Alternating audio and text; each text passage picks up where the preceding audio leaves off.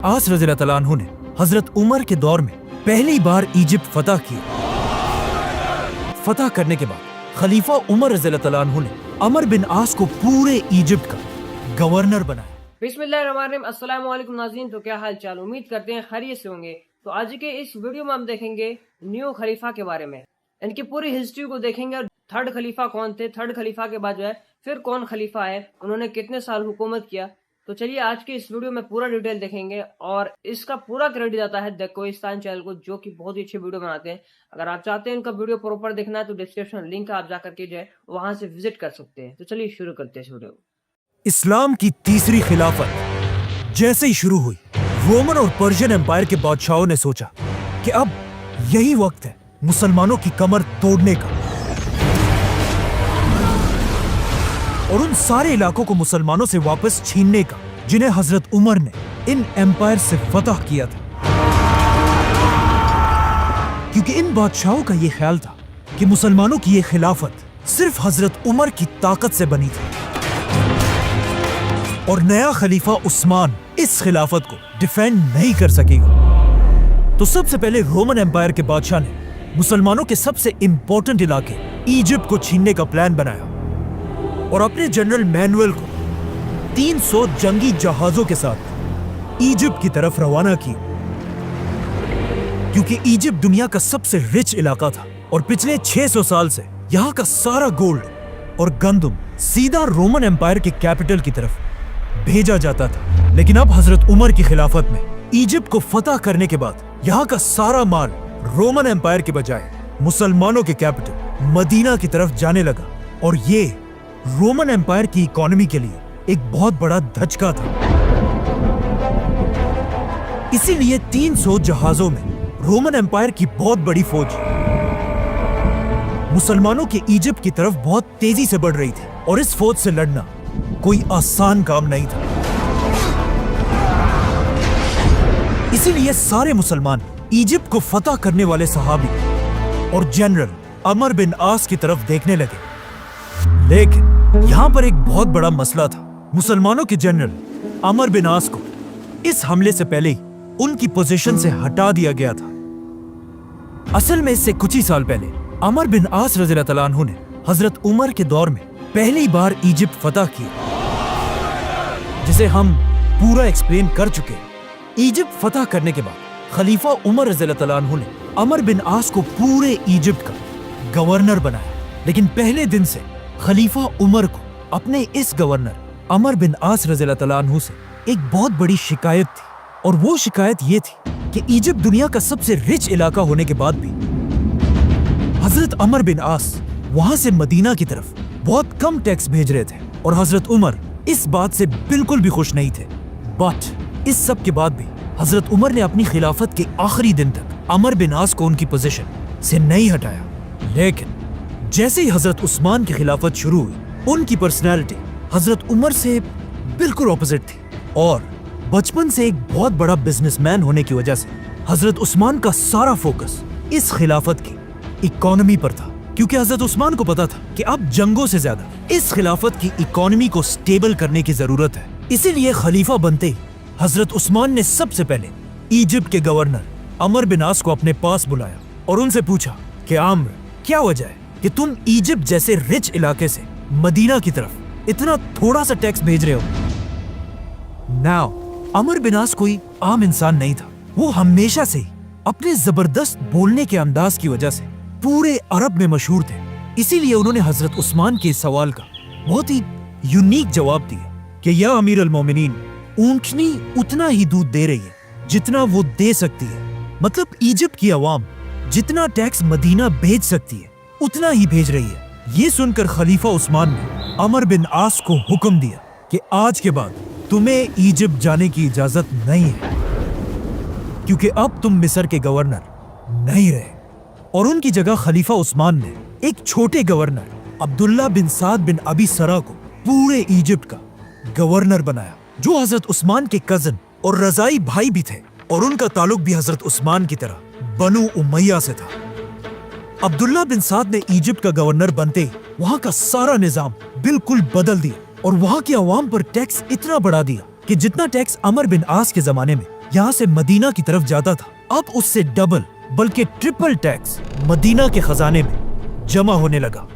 ये सुनकर हजरत उस्मान ने एक बार फिर अमर बिन आस को अपने पास बुलाया और उन्हें कहा कि आमर, क्या तुम जानते हो ऊंटनियां तुम्हारे बाद बहुत ज्यादा दूध देने लगी हैं। मतलब ईजिप्ट से मदीना की तरफ टैक्स बहुत ज्यादा बढ़ चुका है। ये सुनकर अमर बिन आस ने कहा कि यस, ये बात बिल्कुल सही है, लेकिन ऊंटनियां दूध तो ज्यादा दे रही हैं, लेकिन इन ऊंटनियों के बच्चे मर रहे हैं। मतलब नए गवर्नर अब्दुल्ला बिन साद ने जो टैक्सेस वहां के लोगों पर लगाए हैं वो इजिप्ट की आवाम पर एक बहुत बड़ा जुल्म है। और ये बात बिल्कुल सही थी, क्योंकि अब्दुल्ला बिन साद के इन नए टैक्सेस ने इजिप्ट की आवाम को इतना तंग कर दिया था कि आहिस्ता आहिस्ता इजिप्ट के लोग मुसलमानों की इस खिलाफत से नफरत करने लगे और वहां के लोग पहली बार ये सोचने लगे कि किस तरह मुसलमानों की इस खिलाफत से अपनी जान छुड़ाएं।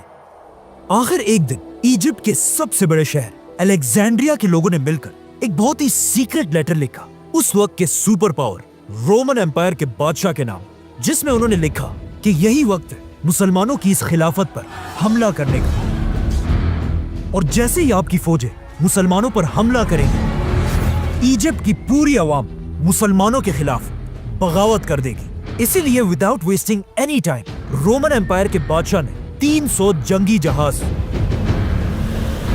तलवारों, तीरों और अपनी फौज से भरकर मुसलमानों से जंग के लिए रवाना किया।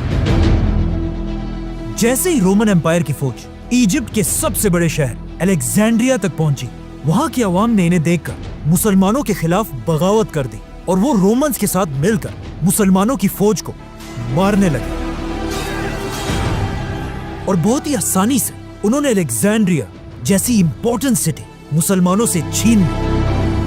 सिर्फ कुछ ही मुसलमान ऐसे थे जो बहुत मुश्किल से अपनी जान बचाकर अलेक्जेंड्रिया से भाग गए और सीधा इजिप्ट के कैपिटल की तरफ गए और जाकर वहां मुसलमानों के गवर्नर अब्दुल्ला बिन साद को बताया कि पूरे इजिप्ट में मुसलमानों के खिलाफ एक बहुत बड़ी बगावत हो चुकी है। लेकिन अब मसला यह था कि अब्दुल्ला बिन साद एक बहुत ही नए गवर्नर थे और वो इससे पहले किसी भी बड़ी जंग के लीडर नहीं रहे थे। इसीलिए मुसलमानों को इस बात का डर था कि हमारे ये गवर्नर अब्दुल्ला बिन साद रोमन एम्पायर की इतनी बड़ी फौज से जंग नहीं जीत पाएंगे और इजिप्ट हमेशा के लिए मुसलमानों के हाथ से निकल जाएगा। इसीलिए इजिप्ट के मुसलमानों ने मिलकर खलीफा उस्मान रज़ियल्लाहु तआला अन्हु की तरफ एक लेटर भेजा कि आप अब्दुल्ला बिन साद को हटाकर उनकी जगह दोबारा अमर बिन आस को इजिप्ट का गवर्नर बनाएं, क्योंकि अमर बिन आस एक बहुत बड़े लीडर और जनरल थे। उन्होंने इससे पहले भी पूरे इजिप्ट को फतह किया था, जिसकी वजह से अब तक रोमन एम्पायर के फौज के दिलों में अमर बिन आस के नाम का खौफ था।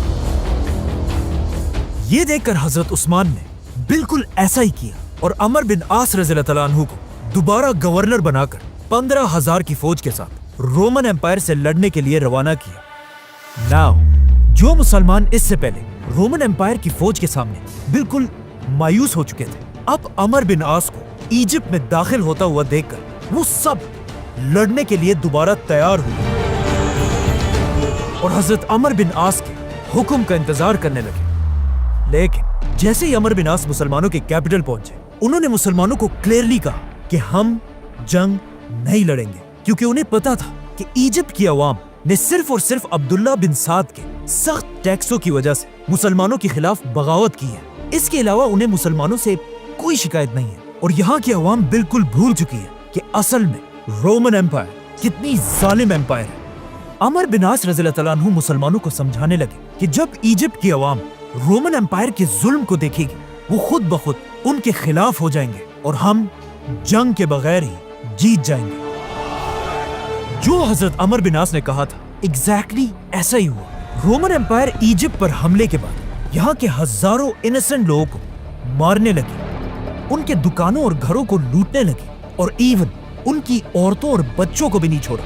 इसी तरह जुल्म करते हुए जैसे ही रोमन एम्पायर की फौज मुसलमानों के कैपिटल के करीब पहुंची, वो इस वक्त तक यहाँ की आवाम पर इतना जुल्म कर चुकी थी कि अब हालात बिल्कुल बदल चुके थे। मतलब इजिप्ट की सारी आवाम रोमन एम्पायर को छोड़कर मुसलमानों के साथ मिल चुकी थी।